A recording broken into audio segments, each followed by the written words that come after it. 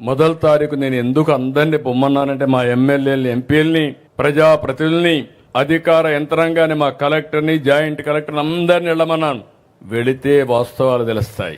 AC room లో కూర్చుంటే మీ బాధలు, మీ కన్నీళ్లు తెలియవు. అందుకే ఈ రోజు అందరూ కూడా ఇక్కడికి వస్తున్నారు. వచ్చినప్పుడు వాస్తవాలు తెలిస్తే తదనుగుణంగా పనిచేసే పరిస్థితి వస్తుంది. అందుకే నేను ఇంకొక మాట కూడా చెప్తున్నా. ఈ రోజు నేను మా అధికార యంత్రాంగాన్ని, రాజకీయ నాయకుల్ని పూర్తిగా నమ్ముతున్నా. కానీ నేను వీళ్ళు కరెక్ట్ గా చేస్తున్నారా లేదా అని కూడా టెక్నాలజీలో చూసుకుంటున్నా.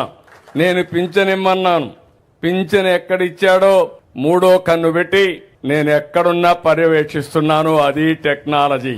ఎవరైనా ఒక వ్యక్తి పింఛన్ ఇస్తే పింఛన్ ఏ సమయంలో ఇచ్చాడు, ఎక్కడిచ్చాడు, ఆ ఇంటి దగ్గర ఇచ్చాడా, లేకపోతే వీళ్ళింటికి రమ్మన్నాడా, లేకపోతే సెక్రటరియట్కి రమ్మన్నాడా అని మానిటర్ చేసే మెకానిజం పెట్టాను.